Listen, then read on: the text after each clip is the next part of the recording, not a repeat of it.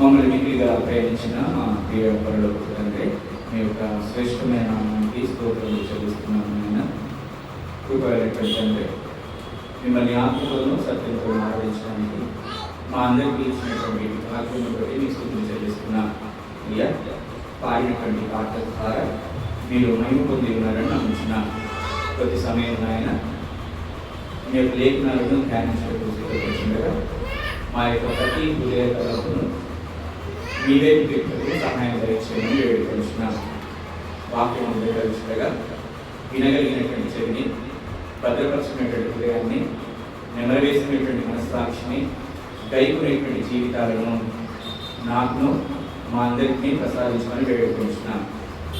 మాట్లాడుతున్నది నేను కాదు కానీ మీ యొక్క నోటికి దూరంగా వాడుకొని అమూల్యమైనటువంటి మీ యొక్క సంగతులను మాకు వెలువరించమని వేడుకొంటున్నాం. బోధించుటకు మీ యొక్క ఉపకార సహాయమును నాకు మెండుగా ప్రసాదించమని వేడుకొంటున్నాం. అయ్యా, కావలసినటువంటి ప్రియులు అనేకులు ఉన్నారు నాయన. యథార్థంగా ఆశపడినటువంటి వారందరికీ మీ యొక్క సన్నిధాన భాగ్యమును ప్రసాదించి సమస్త మహిమ ఘనత ప్రభావాలు మీరు పొందుకొని ప్రభువైన యేసుక్రీస్తు వారి పరిశుద్ధ నామమున ప్రార్థించి వేడుకొంటున్నాం తండ్రి. ఆమేన్. మంచిది. ఈరోజు ఒక చిన్న కొన్ని మాటలు చూడడానికి ప్రయత్నం చేద్దాం. దేవుని మాటలు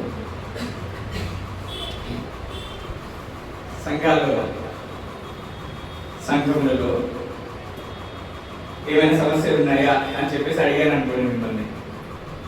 సంఘంలో ఇక్కడనే కాదు, ఎక్కడ ఉన్నటువంటి క్రీస్తు సంఘాలన్నింటిలో, డినామినేషన్స్ గురించి చెప్పొద్దు, క్రీస్తు సంఘాలలో ఎక్కడున్నా సరే ఏమైనా సమస్యలు ఉన్నాయా అని చెప్పేసి అడిగాను అనుకోండి, ఏం చెప్తారు? ఒకటి చెప్పండి.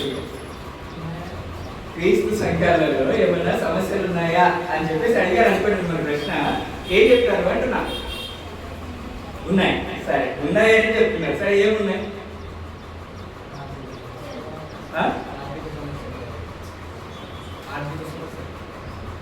ఆర్థిక సమస్య. ఓకే, ఆర్థిక సమస్య ఉంది. Very good. ఇంకా ఇంకేం సమస్యలు ఉండొచ్చు? సొంత ప్రార్థన మందిరం లేదు. అదే సొంత ప్రార్థన మందిరం లేదు, అదొక సమస్య. మంచి, వెరీ గుడ్. ఓకే, అదొక సమస్య, ఆర్థికపరమైనటువంటి సమస్య. అంతేనా? చాలా ఉంది. ఏంటి చెప్పబడి? కన్సిస్టెన్సీ ఉండదు. క్రీస్తు సంఘ సభ్యులకి కంటిన్యూటీ లేదంటే కన్సిస్టెన్సీ ఉండదు. Very good. ఓకే, ఇంకా ఏమైనా సమస్యలు? సువార్త ప్రకటన ఉండదు. సువార్త ప్రకటన కూడా ఉండదు, సమస్య. సండే పూట కూడా ఆలస్యంగా వస్తారు, అదొక సమస్య. సారీ, మీరు వచ్చినప్పుడు మంచిది. ఓకే, ఈ విధంగా సమస్యలు ఉన్నాయి. క్రీస్తు సంఘాలలో సమస్యలు ఉన్నాయి. అంతేకాకుండా ఇంకా కొన్ని సమస్యలు కూడా మనం చెప్పుకోవచ్చు. మామూలుగా డాక్టరింగ్ పరంగా చాలా సమస్యలు ఉన్నాయి. డాక్టరింగ్ పరంగా కూడా చాలా సమస్యలు ఉన్నాయి. కొన్ని చోట్లలో చప్పట్లు కొడుతూ ఉంటారు క్రీస్తు సంఘాలలో కూడా. కొన్ని చోట్లలో యేసుక్రీస్తు దేవుడు కాదు అని చెప్పి బోధిస్తూ ఉంటారు క్రీస్తు సంఘాలలో కూడా. కాబట్టి ఇటువంటి డాక్టరింగ్ పరమైనటువంటి సమస్యలు ఉన్నాయి, ఆర్థిక పరమైనటువంటి సమస్యలు ఉన్నాయి, సువార్త ప్రకటించేటువంటి వెళ్ళలేనటువంటి సమస్యలు ఉన్నాయి, ఆలస్యంగా వచ్చేటువంటి సమస్యలు ఉన్నాయి. ఇంకా చాలా సమస్యలు ఇట్లా మనం చెప్పుకుంటూ వెళ్తే లిస్ట్ చేసుకోవచ్చా లేదు? అమ్మా, మంచిది. అయితే సపోజ్ నాగేంద్రకి ఒక 4-5 రకాల ఇన్ హెల్త్ ఉంది అనుకున్నాం. 4-5 రకాల ఇన్ హెల్త్. 1 గుండె నొప్పి, 2 పంటి నొప్పి, 3 కడుపు నొప్పి, 4 కాలు నొప్పి ఉన్నాయి అనుకున్నాం. పాప నాగేంద్రకి 1 గుండె నొప్పి, 2 పంటి నొప్పి, కడుపు నొప్పి, కాలు నొప్పి గుర్తుండడానికి చెప్తుంది. మంచిది. వీటన్నిట్లలో ప్రధానమైనటువంటి సమస్య ఏదై ఉంటుందంటారు? గుండె నొప్పి ప్రధానం. అంటే లిస్ట్ ఆఫ్ సమస్యలు ఉన్నాయి. ఆ లిస్ట్ ఆఫ్ సమస్యలలో ప్రయారిటీ సమస్య ఏంటి? గుండె నొప్పి. అలాగే స్థానిక సంఘాలలో కూడా లిస్ట్ ఆఫ్ సమస్యలు ఉన్నాయి. దాంట్లో ప్రధానమైనటువంటి సమస్య ఏంటంటే ప్రార్థన చేయకపోవడం. దేవుడు నామానికి మహిమ కలుగును గాక. ఆమేన్. మంచిది. ఏంటది? ప్రార్థన చేయకపోవడం అనేది ప్రధానమైనటువంటి సమస్య. అన్ని సమస్యలు ఉన్నాయి. ఈ అన్ని సమస్యలకి ఒక్కటే సొల్యూషన్ ఏం దొరుకుతుందంటే ప్రార్థన అనేది ఎన్ని సమస్యలు ఉన్నా కానీ మొట్టమొదటి టాప్ లిస్ట్ లో టాప్ ప్రయారిటీగా మనం పెట్టాల్సింది ఏంటంటే ప్రార్థన. ఒకసారి అంట ఇట్లనే భాస్కర్ అడుగుతా ఉన్నాడు, సహోదరులు అడుగుతా ఉన్నాడు చెప్పేటప్పుడు సమస్య ఏంటన్నా స్థానిక సంఘం టక్కర్ వేసి నువ్వే సమస్య భాస్కర్ ఏమన్నాడంటే నువ్వే సమస్య. అంటే సమస్య ఎక్కడి నుంచి ప్రారంభం అవుతుంది? సేవకుల దగ్గర నుంచే ప్రారంభం అవుతుంది. సేవకులు కరెక్ట్గా ప్రార్థన చేయకపోతే సంఘం అంతా కూడా ప్రార్థన చేయలేము. కాబట్టి ఈరోజు నన్ను నేను సరి చేసుకుంటూ సంఘం అంతా కూడా ప్రార్థించాలి అనేటువంటి చిన్న అంశాన్ని ధ్యానించడానికి ప్రయత్నము చేద్దాం. ప్రియులారా, సంఘము అంటే వ్యక్తిగతమైనటువంటి ప్రార్థన ఇంపార్టెంటే. వ్యక్తిగతమైనటువంటి ప్రార్థన మనం అందరం చేసుకుంటూ ఉంటాం జీవితాల్లో. కానీ సంఘమును కూర్చున్నటువంటి ప్రార్థన చేయాలని చెప్పేసి, మరి సంఘం అంతా కలిసి ప్రార్థన చేయాలి అని చెప్పేసి చాలా సందర్భాలలో మనం గ్రంథాన్ని పరిగణించి చూసినట్లయితే నేర్చుకోగలుగుతాం. అర్థమవుతుందా? వ్యక్తిగతమైనటువంటి ప్రార్థనలు మనం అందరం చేసుకుంటాం ఇళ్ళల్లో. అది సహజంగా ప్రతి క్రైస్తవులు చేసుకునేటువంటిదే. అయ్యా నాకు అది, నాకు ఈ సమస్య ఉంది, నాకు ఆ బాధ ఉంది, నాకు ఈ నొప్పి ఉంది అని చెప్పేసి వ్యక్తిగతంగా మనం ప్రార్థించుకుంటాం మన కుటుంబం గురించి. అయితే సంఘం కూర్చున్నటువంటి అవసరాల గురించి, సంఘ క్షేమాభివృద్ధి గురించి ప్రార్థించాల్సినటువంటి బాధ్యత సంఘం అంతా కలిసి చేయాల్సినటువంటి పని అనేటువంటి విషయాన్ని ఈరోజు నేర్చుకోవడానికి ప్రయత్నము చేద్దాం. కొన్ని విషయాలను మన గ్రంథంలో నుంచి ఈ విధంగా అందరూ కలెక్టివ్ గా వర్క్ చేస్తే, కలెక్టివ్ గా ప్రార్థన చేస్తే, అందరూ సమకూడి ప్రార్థన చేస్తే జరిగినటువంటి కొన్ని వృత్తాంతాలను గ్రంథంలో నుంచి తెలుసుకోవడానికి ప్రయత్నము చేద్దాం. ఒకసారి అందరూ కూడా రెండవ దినవృత్తాంతముల గ్రంథంలోకి వెళ్దాం. వెళ్ళి అక్కడ మనం ఒకటి సన్నివేశాన్ని చూడడానికి ప్రయత్నం చేద్దాం. 20వ అధ్యాయంలోకి వెళ్దాం. రెండవ దినవృత్తాంతముల గ్రంథము 20వ అధ్యాయము 4 నుంచి కొన్ని వచనాలు చదువుతున్నాం. 4వ వచనం చదువుతాం. ఫస్ట్ యూదా వారు యెహోవా వలని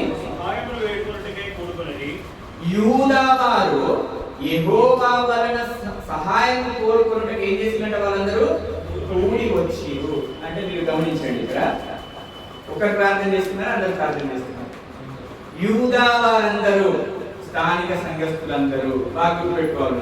యూదా వారందరూ కూడా దేవుని వలన సహాయం పొందుకోవడానికి ఏం చేసిందంట? కూడి వచ్చి. అట్టి విధంగా అంటే దేవుని యొద్ద నుంచి సహాయం కోరుకోవాలంటే ఏంటది? ప్రార్థన చేయడానికి వాళ్ళందరూ కూడా కూడి వచ్చినట్టుగా, అంటే సంఘం అంతా కూడా కలిసి ప్రార్థన చేయాలి అనేటువంటి విషయము అక్కడ మనకు అర్థమవుతుంది. ఇది చదువుతున్నాము. యెహోవా యొద్ద విచారించుటకు పట్టణంలో నుంచి వచ్చి, అంటే ఒక్కరు కూడా విడవబడలేదు. ఎక్కడెక్కడో ఉన్నారు. గోరబండ నుంచి సహోదరులు వచ్చింది, వ్యాసనగర్ నుంచి ప్రియులు వచ్చారు. అదేవిధంగా ఇంకా దుర్గంధ జూబ్లీ నుంచి, అక్కడి నుంచి మన ఆర్టీసీ హాస్పిటల్ నుంచి ప్రియులు వచ్చారు. అంత దూరాల నుంచి కూడా ఎక్కడికి వచ్చారు? యెహోవా వలన సహాయం పొందుకున్నటకు వాళ్ళందరూ కూడా కూడి వచ్చారు. అటు విధంగానే స్థానిక సంఘంలో ఉన్నటువంటి ప్రతి ఒక్కరు కూడా ప్రార్థన కోసం ఏం చేయాలంట? కూడి రావాల్సిన. ఇది చదువుతుంది.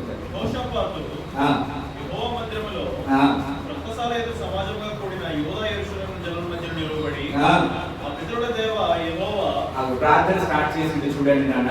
యెహోషాపాతు రాజు ప్రార్థన చేయడం ప్రారంభించాడు. వీళ్ళకి వచ్చినటువంటి సమస్య ఏంటో చెప్తాను, వృత్తాంతం చెప్తాను. వీళ్ళ కాలంలో యెహోషాపాతు రాజు ఉన్నటువంటి ఏలుబడిలో ఉన్నటువంటి ఆ యొక్క కాలంలో మోయాబీయులు, అమోనీయులు వీళ్ళందరూ దండయాత్రకు వచ్చారు. దండయాత్రకు వచ్చినప్పుడు వాళ్ళు వచ్చేటువంటి వారు విస్తారమైనటువంటి బలం ఉన్నటువంటి వాళ్ళు ఆ యొక్క దండయాత్రకు వస్తున్నారు. వీళ్ళ మీద వచ్చేటువంటి క్రమంలో యెహోషాపాతుకు ఆ వార్త వినబడింది. 1, 2, 3 వచనాలు మనం చదువుకుంటే అది అర్థమవుతుంది మంచిది. ఆ తర్వాత ఆయన భయపడిపోయి ఏం చేశాడు? నేను యెహోవా యొద్ద విచారణ చేస్తాను అని చెప్పేసి యూదులందరినీ పిలిచి యూదులందరినీ కూడా ప్రతి పట్టణంలో ఉన్నటువంటి వారందరినీ కూడా ఆయన పిలిచినట్టుగా మనం ఇప్పుడు చదువుకున్న తర్వాత ఏం జరిగింది? ఆయన ప్రార్థించడం స్టార్ట్ చేస్తున్నాడు. నాథా, ఎక్కడి నుంచి మళ్ళీ చదువుతున్నాను, మా పితరుల దేవ. చూడండి, మనం కూడా ప్రార్థన చేసేటప్పుడు ప్రార్థన చేసేటప్పుడు చాలా మంది మధ్య మధ్యలో యేసయ్య యేసయ్య యేసయ్య అని చెప్పేసి అంటా ఉంటారు. No, that is not acceptable prayer. బాగా గుర్తుపెట్టుకొని విజ్ఞత కలిగి వాక్యానుసారంగా మనం ప్రార్థించబద్దులమై ఉంటూ ఉన్నాము. ముందుగా తండ్రికి మనం ప్రార్థన చేయాలి. ఎవరికి ప్రార్థన చేయాలన్నా? తండ్రికి ప్రార్థన చేయాలి. యేసుక్రీస్తు నామంలో మనం ప్రార్థన చేయాలి. పరిశుద్ధాత్మ సహాయంతో మనం ప్రార్థన చేయాలి అనేటువంటి విషయాన్ని, ఇది ground principle of church of Christ. అది వర్డ్ చెప్తున్నటువంటి మాట, ఇది గ్రంథం చెప్తున్నటువంటి మాట.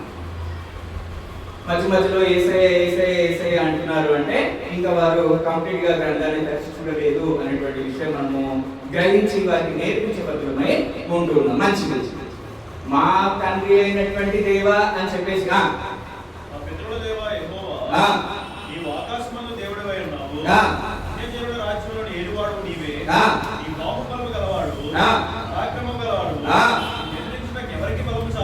ఎవరికి బలం చాలయ్యా అంటే first we need to praise the God in our prayers. మనం మొదటిగా చేయాల్సినటువంటి ప్రార్థన ప్రారంభించినప్పుడు దేవాది దేవుణ్ణి స్తుతించాలి, పొగడాలి, మహిమపరచాలి. మొదటిగా ఏం చేసింది? అది యెహోషాపాతు ఏం చేస్తున్నాడన్న, అయ్యా నీకన్నా బాహుబలం కలిగినటువంటి వాడెవడు అని చెప్పేసి ప్రశ్నిస్తూ ఆయన ప్రార్థనను అంటే ఆయన మహిమపరచడం చేసినట్టు విధంగా మనము చూస్తూ ఉన్నాం. ఇప్పుడు మనము 12వ వచనానికి వెళ్తున్నాం.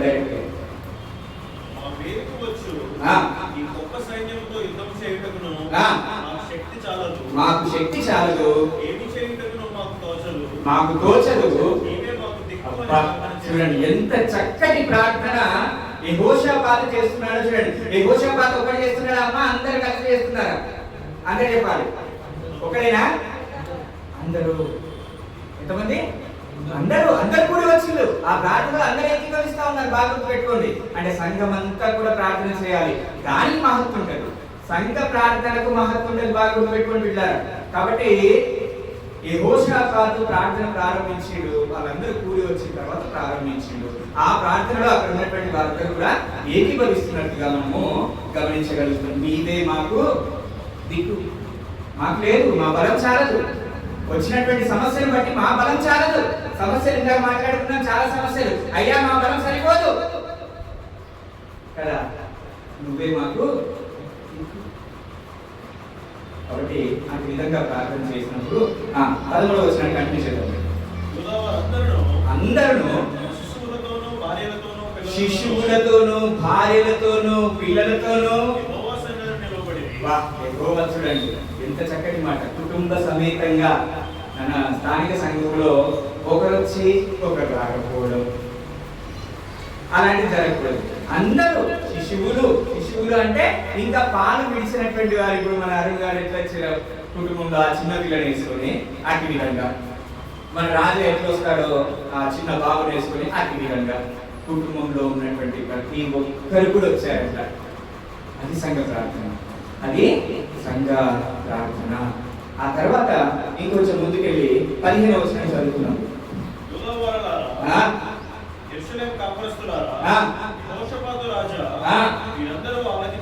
అప్పుడు చూడండి, ఎప్పుడైతే దేవునికి విజ్ఞాపన చేసిందో అప్పుడు అందులో నుంచి దేవుడు ఒకరిని ఎన్నుకొని ఆయనతో మాట్లాడుతున్నటువంటి మాట, యూదా వారలారా, యెహోషాపాతు రాజా, మీరు భయపడకండి, మీరు వారిని ఎదుర్కొంటారు. యుద్ధము మీది కాదు, యెహోవాది. యుద్ధము యెహోవాదే, యుద్ధము యెహోవాదే. రాజులు మనకెవ్వరు లేరు, శూరులు మనకెవ్వరు లేరు. రాజులు మనకెవ్వరు లేరు, శూరులు మనకెవ్వరు లేరు. సైన్యములకు అధిపతి అయిన యెహోవా మన అండ, యుద్ధము యెహోవాదే, యుద్ధము యెహోవాదే. దేవుడు మాట్లాడుతున్నటువంటి మాట, యూదావారులారా, యెహోషాపాతు రాజా, మీరు భయపడకండి, యుద్ధం మీది కాదు యెహోవాదే అని చెప్పేసి చెప్పినప్పుడు వాళ్ళు ధైర్యం కలిగి ఇంకా యుద్ధానికి మీరేమి చేయొద్దు. ఎంత చక్కగా అక్కడికి మీరు చదువుకుంటే తెలుసు. మీరేం చేయాల్సిన పని లేదు, మీరు జస్ట్ అక్కడికి వెళ్ళండి, జస్ట్ మీరు ఆ ప్రాంతం దగ్గరికి వెళ్ళండి అని రాయకూడదు. అక్కడికి వెళ్ళి నిల్చోండి చాలు అని చెప్పేసి అండి. ఆ తర్వాత పిల్లలు జరిగినటువంటి మహత్వం చూస్తే ముగ్గురు శత్రు సైన్యులు, అమోరీయులు, మోయాబీయులు, మోయానీయులు, ఇంకొక తెగ ఎవరో ఉన్నారు, ముగ్గురు తెగలు ఉన్నారు. ఆ ముగ్గురు తెగలు ఏం జరిగిందో ఒకసారి 23వ వచనంలో చూడాలి.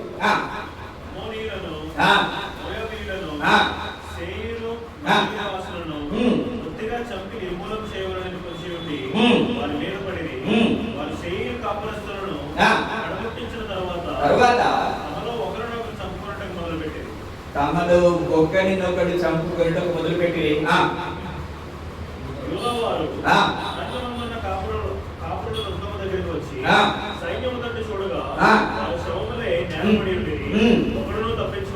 ఒక్కడు కూడా తప్పించుకోలేదు. చూడండి నాన్న, సంఘ ప్రార్థనకు ఎంత మహత్వం ఉందో, ఎంత బలం ఉందో మనం చూడడానికి ప్రయత్నం చేస్తున్నాం. సంఘ ప్రార్థన చాలా బలమైనది అని చెప్పి చెప్పుకుంటూ ఉంటాం కదా మనం జగన్ సంఘ ప్రార్థన. అటువంటి సంఘ ప్రార్థన చేసినందుకు యెహోషాపాతు యుద్ధమే చేయలేదు. చేసింది ఎవరు? దేవుడు యుద్ధం చేసిండు. వాళ్ళు ఏం చేయలేదంట. ఆ శత్రువులే ఒకరినొకరు పొడుచుకొని చచ్చిపోయిందంట. అట్లాంటి కార్యం దేవుడు చేసింది. ప్రార్థనకి అంత శక్తి ఉంది. దేవుడు తన శక్తిని కనపరచాలి అని చెప్పేసి మనం ఆశపడినట్లయితే, దేవుడు తన యొక్క కార్యాన్ని జరిగించాలి అని చెప్పేసి మనం నిజంగా ఆశపడినట్లయితే, దేవుడు మన సమస్యలన్నీ కొట్టివేయాలి అని చెప్పేసి మనం నిజంగా ఆశపడినట్లయితే, మనం చేయాల్సింది ఏంటంటే సంఘ ప్రార్థన. ఇంకొక వృత్తాంతాన్ని చూడడానికి ప్రయత్నం చేద్దాం. యెహోషాపాతు యూదా ప్రజలందరూ కలిసి వచ్చి ప్రార్థన చేసింది. దేవుడి యొక్క మహత్కార్యాన్ని చవి చూసినట్టుగా మనం గమనించాం. మన జీవితాల్లో కూడా మనం కూడా చాలా సంవత్సరాల నుండి సొంత ప్రార్థన మందిరం గురించి ప్రార్థన చేస్తున్నాం. మధ్యలో కొన్ని ఒడిగులు వచ్చేసి, లేదంటే కొన్ని ఆటంకులు వచ్చేసి, దాన్ని ఇప్పుడు మన ప్రార్థనలో ఒక లైన్ అయిపోయింది. ఇప్పుడు ఏమైపోయింది? సొంత ప్రార్థన మందిరం అనుగ్రహించిన ఆయన అని చెప్పేసి ఒక లైన్ మాత్రమే చేస్తున్నాం. అంతకుముందు చాలా భారం కలిగి చేశాను. మరి ఒకసారి దేవుడు ఈరోజు మనల్ని కూడి కొడుతున్నాడు. సంఘ ప్రార్థన చాలా బలం. ఎత్తి బట్టి సంఘం అంతా కలిసి ప్రార్థన చేసినప్పుడు ఆయన యొక్క మహత్కార్యాన్ని చూడగలుగుతాము అనే విషయాన్ని గుర్తు చేస్తున్నాం. మంచిది. ఇప్పుడు సరికొత్త నిబంధనలో ఒక వృత్తాంతాన్ని చూడడానికి ప్రయత్నం చేద్దాం. అపోస్తల కార్యంలోకి వెళ్దాం. అపోస్తల కార్యంలోకి వెళ్దాం. 4వ అధ్యాయం. అపోస్తల కార్యం 4వ అధ్యాయం 23వ వచనం చదువుతాం. 23వ వచనం చదువుతాం. అపోస్తల కార్యం వారు విడుదల నుండి తమ స్వజనుల యొద్దకు వచ్చి వారి స్వజనుల యొద్దకు వచ్చి ప్రధాన యాజకులను పెద్దలను తమతో చెప్పిన మాటలన్నిటినీ వారికి తెలిపిరి. వారు విని ఏక మనసుతో దేవునికి బిగ్గరగా మొరపెట్టారు. చాలా అపోస్తల కార్యము 4వ అధ్యాయము 23 నుంచి మనం చదువుతున్నప్పుడు అక్కడ వారు విడుదల పొంది అని చెప్పేసి రాయబడింది. ఎవరంటే విడుదల పొందింది? ఎవరు విడుదల పొందింది? వారు విడుదల పొంది తమ యొక్క స్వచ్ఛంద యొద్దకు వచ్చి దేవుడు చేసినటువంటి కార్యములను వారితో పంచుకునగా ఏక మనసుతో వారు దేవునికి ప్రార్థన చేసినట్టుగా మనము చూస్తా ఉన్నాం. చూడండి, వారు ఇక్కడ పేతురు, యోహాను. ఎవరు వాళ్ళు? పేతురు, యోహానులు విడుదల పొంది అని చెప్పేసి అంటున్నాడు. అంటే ఏదో జరిగింది, వాళ్ళకి ఏదో జరిగింది. ఏదో జరిగింది కాబట్టి వాళ్ళు అక్కడి నుంచి రిలీజ్ అయ్యి వచ్చి దేవుని యొక్క కార్యాన్ని అక్కడ ఉన్నటువంటి వారు వెల్లడిపరిచినప్పుడు వాళ్ళు ఏం చేసినట్ట ప్రార్థన చేసినట్లు బిగ్గరగా ప్రార్థన చేసినట్టుగా మనం చూస్తాం. ఇక్కడ కొన్ని విషయాలను ధ్యానించడానికి ప్రయత్నం చేద్దాం. ఈ వృత్తాంతంలో నుంచి కొన్ని సంగతులను ధ్యానించడానికి ప్రయత్నం చేద్దాం. ప్రియులారా, పేతురు యోహాను విడుదల పొందు అంటే 3వ అధ్యాయంలో మనం చూసినట్లయితే వారికి ఏం జరిగింది అనేటువంటి విషయం మనం ఇక్కడ చూడగలుగుతాం. లేదంటే 3వ అధ్యాయంలో ఒక భిక్షగాడు ఉన్నాడు. 3వ అధ్యాయము మొదటి నుంచి కొన్ని మనం చదువుకున్నట్లయితే పుట్టినది మొదలుకొని కుంటివాడైన ఒక మనుషుడు మోసుకొని పోగొడుతుంది.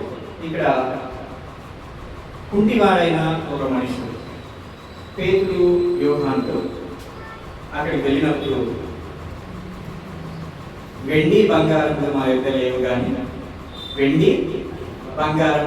లేవు కానీ అని పలికి వాడిని స్వస్థపరిచినటువంటి సంఘటన వృత్తాంతం అక్కడ మనం చూస్తూ ఉన్నాం. వాడు ఏం చేసినట్ట దిగ్గున లేచి నడిచేను. ఏముందట దిగ్గున లేచి నడిచేను.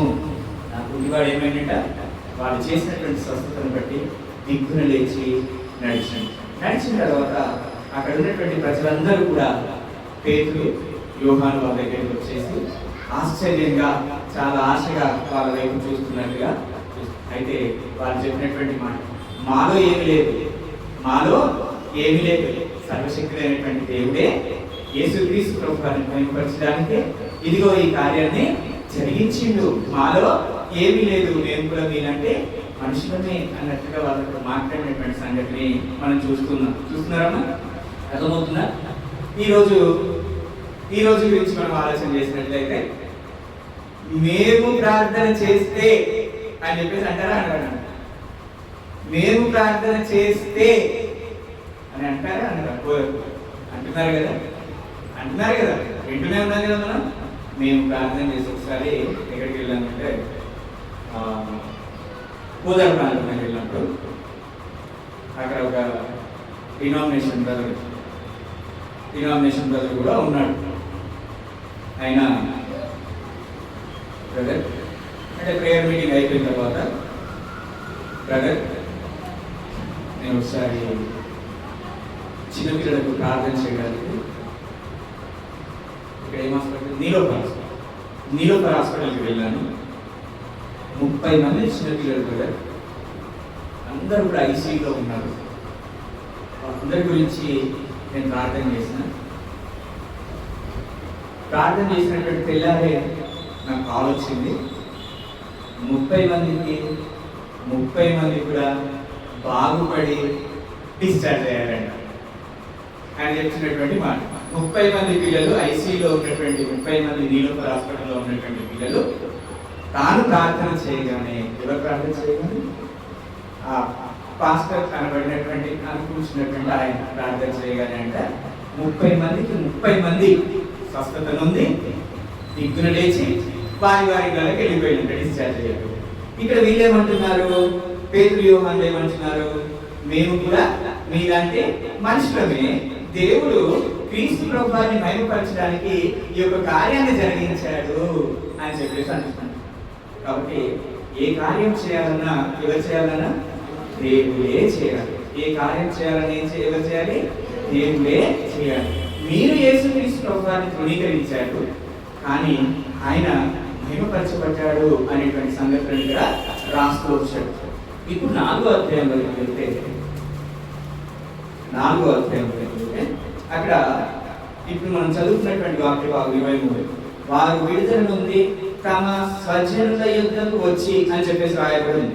ఎవరా స్వజనులు అని చెప్పేసి అంటే 4వ అధ్యాయం 4వ వచనంలో మనం చూస్తే వాక్యము వినిన వారిలో అనేకులు నమ్మిరి, వారిలో పురుషుల సంఖ్య ఇంచుమించు 5,000 అని.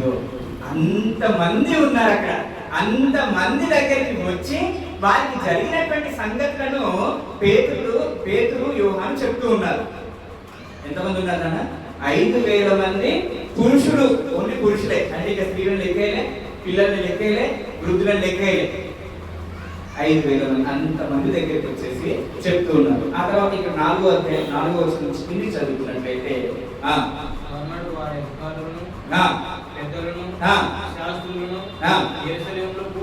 కూడుకొని, ఎందుకంట ఇదిగో వీరికి వ్యతిరేకంగా కార్యకలాపాలు చేయడానికి వాళ్ళందరూ పెద్దలందరూ శాస్త్రులందరూ కూడా కూడుకొని ఉన్నారు. ఉండి ఏం చేస్తున్నారు తెలుసా?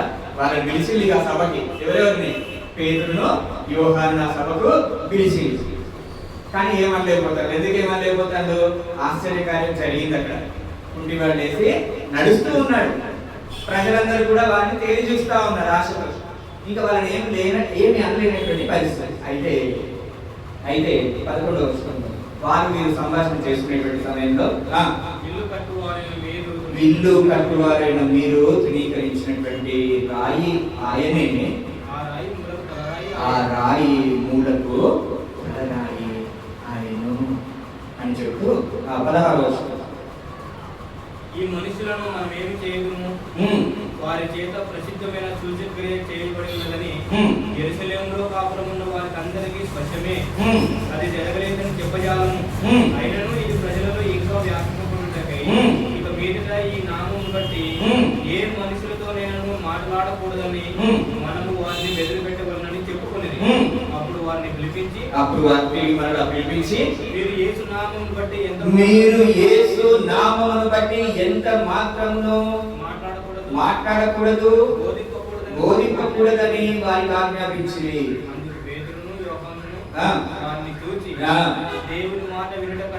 దేవుని మాట వినుట కంటే న్యాయమా? మీరే చెప్పుడి. మేము కన్నవాటిని విన్నవాటిని చెప్పక ఉండలేమని వారికి ఉత్తరించింది. ఇది జరిగిన సంగతి. ఈ జరిగినటువంటి సంగతిని తీసుకొచ్చి పేతురు యోహాను ఎంతమంది చెప్తున్నారన్నా? 5,000 కన్నా ఎక్కువ మంది ఉన్నటువంటి ఆ యొక్క స్వజనులకు చెప్పుచూ ఉన్నారు. ఇదిగో అధికారులు మమ్మల్ని ఇట్లా ఆటంకపరిచారు, అయినా కానీ దేవుడు మాకు ఇటు విధంగా సహాయం చేశాడు అనేటువంటి విషయాన్ని అక్కడ వాళ్ళు చెప్తూ ఉన్నప్పుడు ఇప్పుడు ఇక్కడ కంటిన్యూషన్ చేద్దాం 23 నుంచి. వారు విని ఏక మనసుతో దేవునికి ఇటు బిగ్గరగా మొరపెట్టారు. ఈ సంగతులు విన్నటువంటి వారందరూ కూడా ఏం చేస్తున్నట్ట? ప్రార్థన చేశారు. అంటే ఇక్కడ వ్యక్తిగతమైనటువంటి ప్రార్థన లేదా సంఘ ప్రార్థన? ఇక్కడ ఏమర్థం చేసుకుంటాం? మనం సంఘ ప్రార్థనను అర్థమవుతుందాం. మీకు అంశంలోనే ఉన్నాం, మనం బయటకు వెళ్ళలేదు. సంఘ ప్రార్థన ఇక్కడ మనకు కనబడతా ఉంది. స్వజనులందరూ కలిసి, అంటే అక్కడ ఉన్నటువంటి వారందరూ కూడా కలిసి ప్రార్థన బిగ్గరగా చేయడము మొదలు పెట్టినట్టుగా మనం వీరెట్లా ప్రార్థన చేసిందో చూద్దాం. నాథా అక్కడ ఏమన్నాడు? యెహోషాపాతు ఏమన్నాడు? మా తండ్రి అయినటువంటి యెహోవా అని చెప్పేసి దేవుడి స్థుతిని ఎట్లా ఎత్తుకున్నాడో అట్లాగే ఇక్కడ వీరు కూడా ప్రార్థిస్తున్నారు. చూడండి, నాథా నీవు ఆకాశమును భూమిని సముద్రమును వాటిలోని సమస్తమును కలుగజేసిన వాడు. అన్యజనులు ఎలా అల్లరి చేసిరి, ప్రజలందుకు వ్యర్థమైన ఆలోచనలు పెట్టుకుని ప్రభు మీదను ఆయన క్రీస్తు మీదను భూరాజులు లేచిరి, అధికారులను ఏకముగా కూడుకునేది అని నీవు పరిశుద్ధాత్మ ద్వారా మా తండ్రియు నీ సేవకుడైన దావీదు నోట పలికించి. చూడండి, ఇక్కడ ప్రార్థన చేసేటువంటి క్రమాన్ని మరొకసారి గమనించడం. అక్కడ యెహోషాపాతు ఏం చేసిందమ్మా? ఫస్ట్ దేవుడు స్తుతించిండు, అయ్యా అని చెప్పేసి స్తుతించిండు. అట్లాగే ఇక్కడ వీరు చేసేటువంటి ప్రార్థనలు కూడా నాదా ఆకాశమును భూమిని నీవే కలిగజేసింది అని చెప్పేసి ఆయన ప్రేస్ చేస్తూ, తర్వాత వారికి వచ్చినటువంటి లేదంటే గ్రంథంలో ఆల్రెడీ తెలియపరచబడినటువంటి ప్రవచనములను ఎత్తి ప్రార్థన చేస్తున్నట్టుగా మనం గమనిస్తూ ఉన్నాం. నువ్వు దావీదు నోట ఆల్రెడీ పలికించావు కదయ్యా మాకు సమస్యలు వస్తాయని. నిజంగానే అవి వస్తున్నాయి. నిజంగానే లోకంలో సమస్యలు వస్తాయి. లోకంలో ఆయన ప్రకటించడానికి వెళ్ళినప్పుడు సమస్యలు వస్తాయి. అప్పుడు ఏం చేసిన వీళ్ళు? ప్రార్థన చేసినట్టుగా మనము గమనిస్తా ఉన్నాం.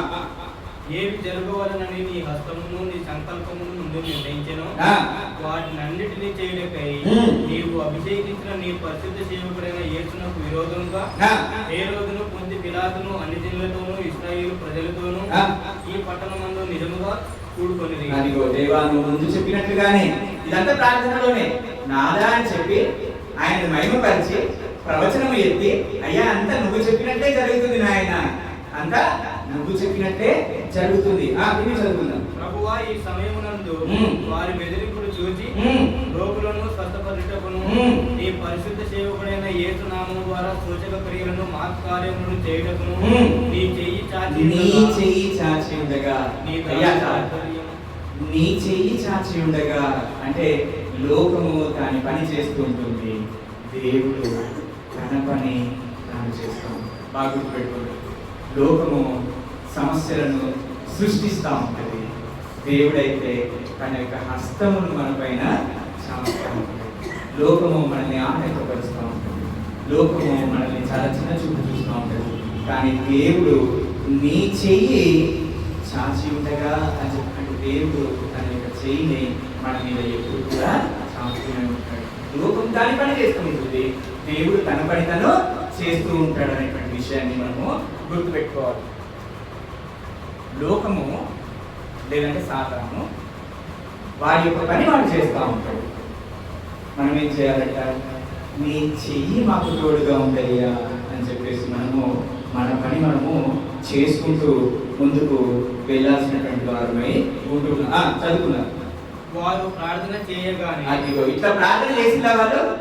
ఇట్లా ప్రార్థన చేసిందా నాన్న? చెయ్యగానే ఏం జరిగిందో చూద్దాం. అక్కడ యెహోషాపాతు ప్రార్థన చేయగానే ఏమైందమ్మా? యెహోషాపాతు ప్రార్థన చేయగానే ఏమైంది? అక్కడ ఉన్నటువంటి శత్రువులు వారికి ఒకరినొకరు పొడుచుకొని హతులైపోయారు. వీళ్ళు విజయాన్ని పొందుతున్నారు. అటు విధంగా ఇక్కడ వీళ్ళు మొరపెట్టగానే ఏం జరిగింది అనేటువంటి సంగతిని మనం చూడడానికి ప్రయత్నించాం. వారు కూడి ఉన్న చోటు కంపించెను. వారు కూడి ఉన్నటువంటి చోటు కంపించెను. అప్పుడు వారందరూ పరిశుద్ధాత్మతో నిండిన వారై దేవుని వాక్యము ధైర్యంగా. అది ఎప్పుడైతే సంఘముగా మనం ప్రార్థన చేస్తామో, ఇంతకుముందు మన సమస్యలో ఏం సమస్య చెప్పుకున్నాము? సువార్త ప్రకటనకు ఆటంకములు అవుతున్నాయని చెప్పుకున్నామా? అది ప్రార్థన చేయగానే ఏమైందంట? వాక్యమును ధైర్యముగా బోధించి. దేనికి సొల్యూషన్ ఏంటి? వాక్యం ప్రకటించకుండా ఆటంకపరిచేటువంటి సమస్యకి సొల్యూషన్ ఏంటి? ప్రార్థన. అర్థమవుతుందా? వాళ్ళు ప్రార్థన చేయగానే ఏం జరిగిందంట? దేవుని వాక్యమును ధైర్యముగా బోధించి. అంటే సువార్త ప్రకటన జరగాలంటే ఏముండాలన్న సొల్యూషన్? రాజా సొల్యూషన్ ఏముండాలి? ప్రార్థన ఉండాలి. ప్రార్థన వల్ల సువార్తను మనము ప్రకటించాలి. ఇది ఫస్ట్. ఇంకొంచెం ఇది జరుగుతుంది. విశ్వసించిన వారందరూ ఏక హృదయమును ఏక ఆత్మయు. అంటే ఏం జరిగిందని ఇక్కడ అందరికీ కూడా ఐక్యత ఏర్పడింది. ప్రార్థన వల్ల ఏమవుతుంది? స్థానిక సంఘంలో ఏమవుతుంది నాన్న? ఐక్యత ఏర్పడుతుంది. స్థానిక సంఘం ద్వారా సువార్త ప్రకటన జరుగుతుంది. ఎప్పుడు? ప్రార్థన, సంఘ ప్రార్థన చేసినప్పుడు నెంబర్ 1 మొదటిగా సువార్త ప్రకటింపబడుతుంది. నెంబర్ 2 సంఘంలో ఐక్యత పెరుగుతుంది. ఏక హృదయము ఏక ఆత్మ కలిగి ఉంటాం అందరం కూడా. అర్థమవుతుందండి? సంఘ ప్రార్థన చాలా బలమైనదని ఇప్పటికీ అనలేదు. ఏదో నోటి మాటలు అనేటువంటి విషయం కాదు. అందరూ కూడా ఐకమత్యంగా ఉంటారు. సహోదరులు ఐక్యత కలిగి ఉంటారు. ఎంత మేలు, ఎంత మనోహరము కీర్తనలు. కాబట్టి అటు విధంగా ఐక్యత పెరుగుతుంది. మొట్టమొదటిగా సువార్త ప్రకటన జరుగుతుంది, రెండవదిగా ఐక్యత పెరుగుతుంది అనేటువంటి విషయం. ఇంకొకటి చదువుతున్నాం. ఎవరిను తనకు కలిగిన వాటిలో ఏది తనదని అనుకోలేదు. ఎవరికి తనకు కలిగిన వాటిలో ఏది తనదని అనుకోలేదు. వారికి కలిగినదంతయు వారికి సమష్టిగా ఉండేను. అంటే ఏంటన్నా? ఆర్థిక సమస్యలు ఉన్నాయన్నట్ట. ఇప్పుడు ఇంతకుముందు ఫస్ట్ ఏ సమస్యలు ఉన్నాయంటే ఏమనుకున్నాము? ఆర్థిక సమస్య అని బయటకు వచ్చింది. ప్రార్థన చేయగానే ఏం జరిగిందంట? ఎవరికి ఏ సమస్య లేకుండా అన్నింటినీ కూడా దేవుడు కొట్టి పడేసినట్టుగా మనం ఇక్కడ ప్రార్థన ద్వారా చూస్తూ ఉన్నాం నాన్న. అందుకనే సంఘ ప్రార్థన వలన సువార్త ప్రకటింపబడుతుంది. సంఘ ప్రార్థన వలన ఐకమత్యం పెరుగుతుంది. సంఘ ప్రార్థన వలన ఆర్థిక సమస్యలు తొలగిపోతాయి. ఆ వాక్యాధారంగానే కదా మనం వెళ్ళేది.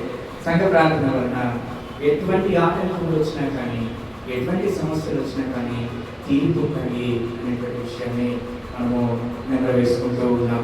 ఆ తర్వాత ఒక్కరి గురించి శ్రేష్టంగా రాయబడిందట. 36వ వచనం. కుప్రలో పుట్టిన లేవీయుడకు యోసేపు ఉమ్. అని ఒకడు ఉండేను. ఉమ్. అతనికి అపోస్తలుడు హెచ్చరిక పుత్రుడు యోసేపు అనేటువంటి అతనికి హెచ్చరిక పుత్రుడు అని అర్థమిచ్చు బర్నబా అను పేరు పెట్టి ఉండేది. అతడు భూమి గలవాడై ఉండి దాన్ని నమ్మి దాని మీద తెచ్చి అపోస్తలుల పాదముల యొద్ద పెట్టెను. ప్రతిపించడానికి అంటే సంఘం ద్వారా సంఘ ప్రార్థన ఎప్పుడైతే చేస్తా ఉన్నాను, అందుకనే ప్రకటనలు ఉట్టుగా చేసి వదిలిపెట్టేటి కాదు. ప్రకటనలు ఎందుకు చేస్తాము? సంఘం అంతా కూడా ప్రార్థన చేస్తుంది అనేటువంటి నమ్మకంతో ప్రకటన చదువుతాం. అది వినడానికి విసుగు రావచ్చు, అది చదివేటప్పుడు నిద్ర కూడా రావచ్చు, వీటిని ప్రార్థించడానికి బద్ధకము రావచ్చు. కానీ ఇదిగో సంఘ ప్రార్థన చేస్తే, సంఘము ప్రార్థన చేస్తే విలువైనటువంటి సంగతులు జరుగుతాయి అనేటువంటి విషయాన్ని మనతో ఈరోజు దేవుడు మాట్లాడుతున్నాడు. ఇది 4వ అధ్యాయంలో జరిగినటువంటి కథ. అయినా యెహోషాపాతు గురించి చదువుతున్నాము. అపోస్తలుల కార్యం 4వ అధ్యాయంలో ఉన్నటువంటి సంగతులను, సంఘ ప్రార్థన అనేది ఎంత విలువైనది, ఎంత బలమైనది అనేటువంటి నేర్చుకుంటున్నాం మనం. మరి 5వ అధ్యాయంలో సమస్యలు వచ్చాయి కదా, వీళ్ళు ఇంత ప్రార్థన పరులు ఉన్నారు కదా. 5వ అధ్యాయంలో అపోస్తలుల కార్యం 5వ అధ్యాయంలో సమస్య వచ్చేసింది. ఏంటా సమస్య? అననీయ సఫీరా అని చెప్పేసి ఇద్దరు ఉన్నారు. వారి యొక్క వేల తెచ్చియలేదు, కొంత సొమ్ము దాచుకున్నారు. ఇంత బలమైనటువంటి ప్రార్థన చేస్తుండగా మళ్ళీ సమస్య వచ్చింది కదా. 6వ అధ్యాయంలో కూడా సమస్యనే వస్తుంది, 7వ అధ్యాయంలో కూడా సమస్యనే వస్తుంది. ఏం సమస్య? స్టెఫెన్ చచ్చిపోతాడు అక్కడ, స్టెఫెన్ను రాలుతాడు. అంటే సమస్యలు సృష్టించడము దుష్టుడి యొక్క పని. సమస్య సృష్టించడం అనేది సాతాను యొక్క పని. వాడి పని ఎప్పుడు కూడా అలజడి రేపడమే వాడి యొక్క పని. ఎవరైతే బలహీనంగా ఉంటారో ఇది వాడిని టార్గెట్ చేసేస్తాడు. ఈరోజు నువ్వు సంఘపక్షంగా సంఘం కొరకు ప్రార్థన చేయట్లేవు అని చెప్పేసి అంటే నువ్వు బలహీనంగా ఉన్నావు అని అర్థము. అప్పుడు సంఘం యొక్క పతనము నీ దగ్గర నుంచే ప్రారంభమైంది. అది ఒకవేళ బోధించున్నటువంటి నేనైనా కానివ్వండి, ఇంకా ఉన్నటువంటి సువార్థికులు ఎవరైనా కానివ్వండి, ఎవరైతే సంఘపక్షంగా ప్రార్థన చేయమో, సంఘ ప్రార్థన చేయమో, అప్పుడే మనమే బలహీనము, మన దగ్గర నుంచే సంఘము పతనము స్టార్ట్ అవుతుంది. ప్రార్థన చేసేటువంటి సంఘము జీవం కలిగినటువంటి సంఘము, ప్రార్థన చేయనటువంటి సంఘము చచ్చినటువంటి శవంతో సమానం. ఒకసారి రాసు గారు 10 గంటలకు ఆరాధన లేదా 9 గంటలకు ఆరాధన, 9 గంటలకు ఆరాధన, 9:30 అయింది, రాలేదు. ఎవరు రాలేదు. 10 అయింది, రాలేదు. 10:30 అయింది, ఎవరు రాలేదు. 11కి అయిపోతుంది ఆరాధన, ఎవరు రాలేదంట. రాకపోయేసరికి పాపం ఆయన ఆరాధన చేయాలి కదా. పాటలు పాపం గట్టిగా పాడుతున్నాడంట మైక్ పెట్టుకొని. అందరు అట్లీస్ట్ ఫస్ట్ ప్రారంభ ప్రార్థన బిగ్గర చేసినట్ట. ఈ వినైనా వస్తారేమో సమయాన్ని చూసుకొని, రాలే. సరిపోనీలే అని చెప్పేసి పాటలు పాడడం స్టార్ట్ చేసినట్టు గట్టిగా. వినబడతలేదేమో, సమయాన్ని చూసుకోవట్లేదేమో, పనులలో పట్టారేమో అని చెప్పేసి పాపం గట్టిగా పాటలు పాడడం స్టార్ట్ చేసినట్ట. అంటే అప్పటికి రాలే. సరే ఏం చేస్తాడు ఆయన? కుటుంబంలో చిన్నపిల్లలు, వాళ్ళ భార్య ఎవరు ఉంటారు, వాళ్ళకైనా వాక్యమే చెప్పాలి కదా. వాక్యం చెప్తున్నాడు, అది కూడా పాపమైన అరిచి అరిచి చెప్తున్నాడు, మొత్తం వినబడాలని. అప్పటికి రాలే. ప్రభు వల్ల సమయం ఆసన్నమైంది, అయినా రాలేదు. ఈయన పాపం ఒక పెట్టె చేసిండు. ఏం చేసిండు? ఒక పెట్టె చేసి దాని మీద సంఘము చచ్చిపోయింది అని చెప్పి రాసిండు. సంఘము చచ్చిపోయింది అని చెప్పేసి రాసి బిగ్గరగా అరిచింది మైక్లో. స్థానిక సంఘము చచ్చిపోయింది అని చెప్పేసి రాసి ఆ మాట విన్నారు అందరూ. అబ్బా అడుగు పడున స్థానిక సంఘం చచ్చిపోవడం ఏంటి, సంఘం చచ్చిపోవడం ఏంటి, సంఘం చచ్చిపోవడం ఏంటి అని చెప్పేసి ఇంకా అందరూ వచ్చేసి సంఘం చచ్చిపోవడం ఏంటి అయ్య గారు. ఆయన అక్కడ కూర్చున్నాడు ఇక దర్వాజలో ఉన్నారు. ముందు పెట్టేది ఆయన వెళ్ళ ఉరుకుతాడు, తొంగి ఇరుతాను పెట్టలో ఏమి లేదు, పక్కకు కొడతాను, వస్తాను చూస్తాను, పక్కకి వెళ్ళిపోతాను. ఏం కనబడట్లేదు. ఏంటి సంఘం అంటే?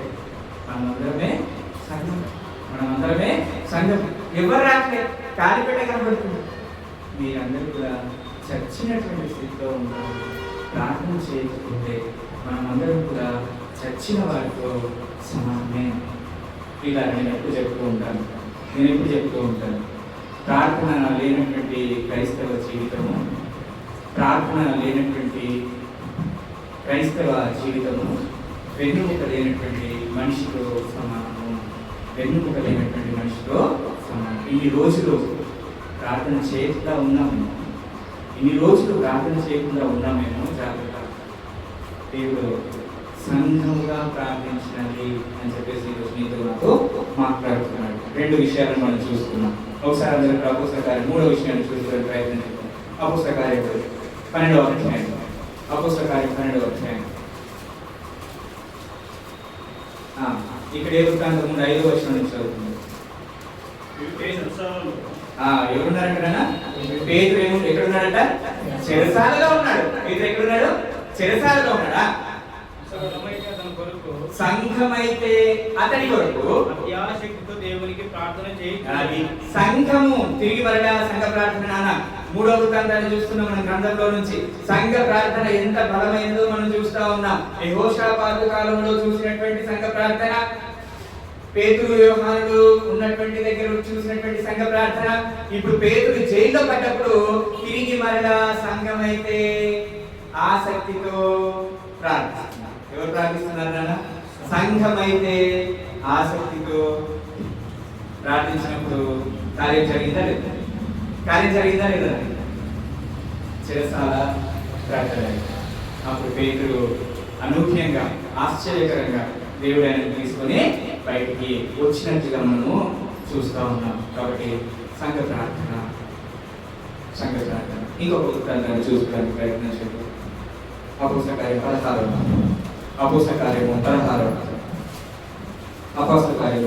అధ్యాయం. ఇక్కడ మనకి ఎవరు కనబడుతున్నారు? పౌలు, సీల. మధ్యరాత్రి ఏం చేస్తున్నారట వాళ్ళు? మధ్యరాత్రి పౌలు, సీల ఏం చేస్తున్నారంటే 16వ అధ్యాయంలో మధ్యరాత్రి వేళ చదువు.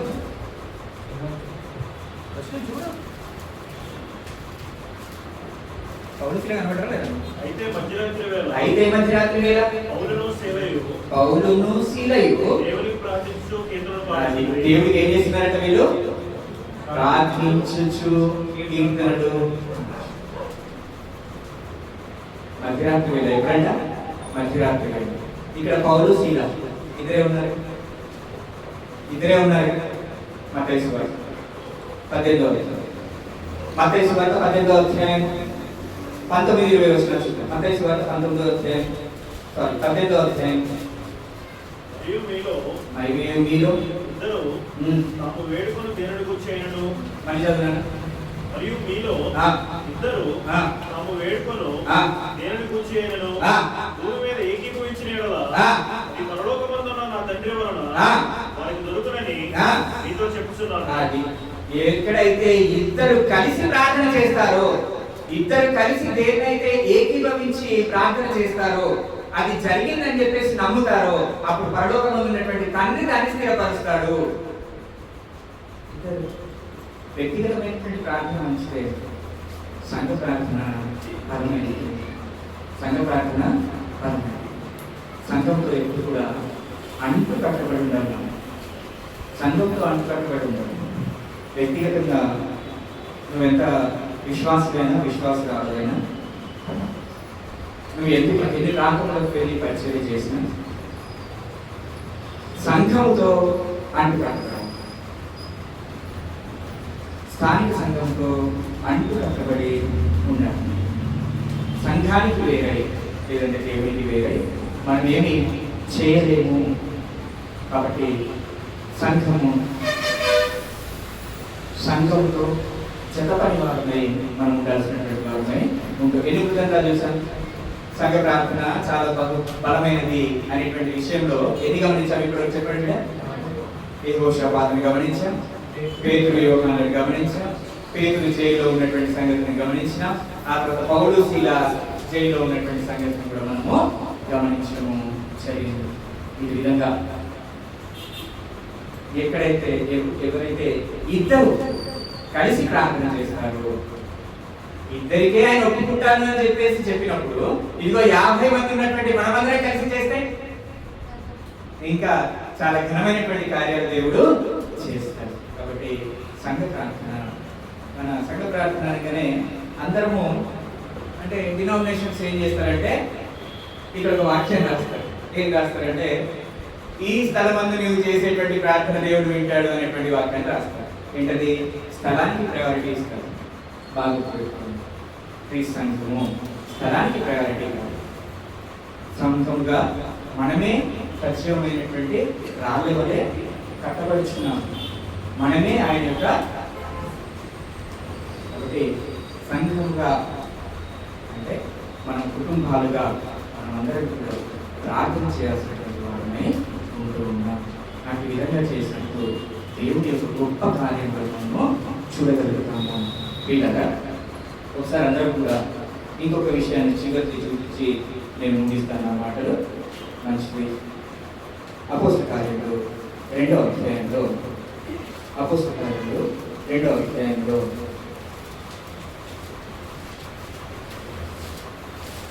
41-42 డైరెక్ట్ 42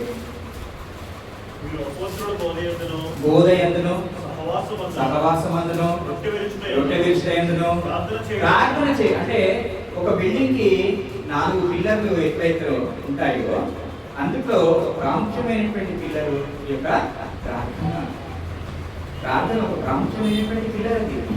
దాన్ని తీసేస్తే మన గుడారం నిలవదు. బాగా గుర్తుపెట్టుకోండి.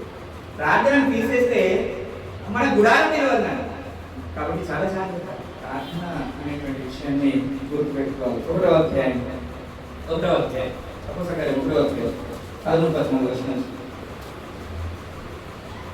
వారు పట్టణంలో ప్రవేశించి తాము బస చేయించున్న వేడగదిలోనికి ఎక్కిపోయి వారు ఎవరనగా వాళ్ళందరూ ఉన్నారు. తర్వాత ఏం జరిగింది? 14 వచనం.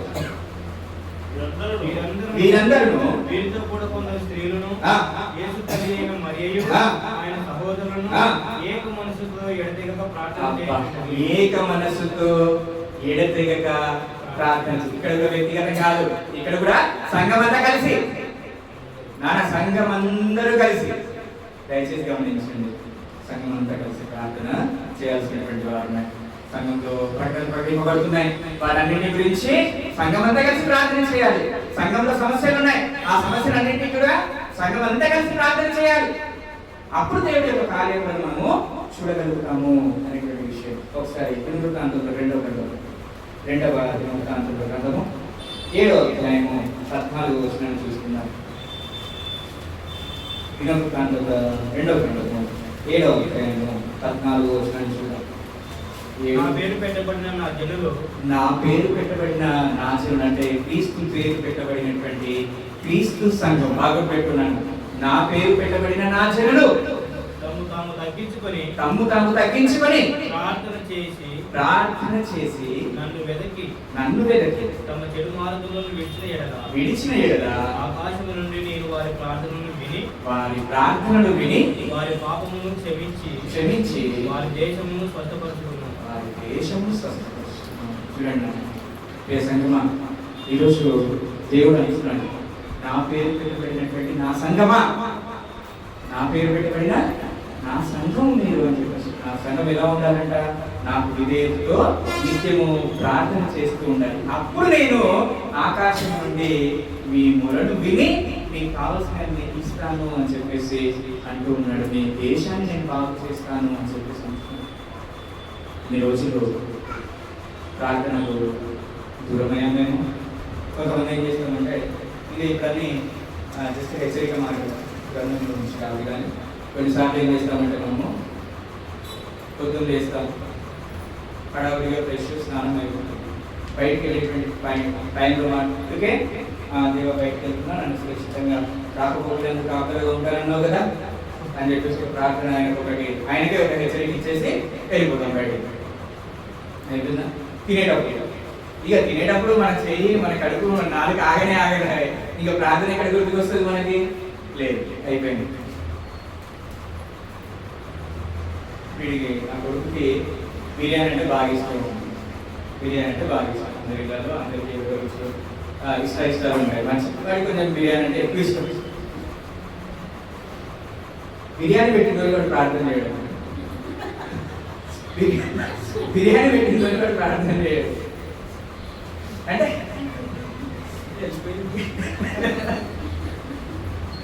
కాబట్టి తినేటప్పుడు కూడా ప్రార్థన చేసుకోవాలి. ఆయన ఇవ్వకపోతే, ఆయన అనుగ్రహం లేనిది 5 ఏళ్ళు 3 పూటలు మొత్తం పోవాలంటాడు దేవుడు. ఆయన అనుగ్రహం లేనిది 5 వేలు 3 పూటలు లోపలికి పోవు.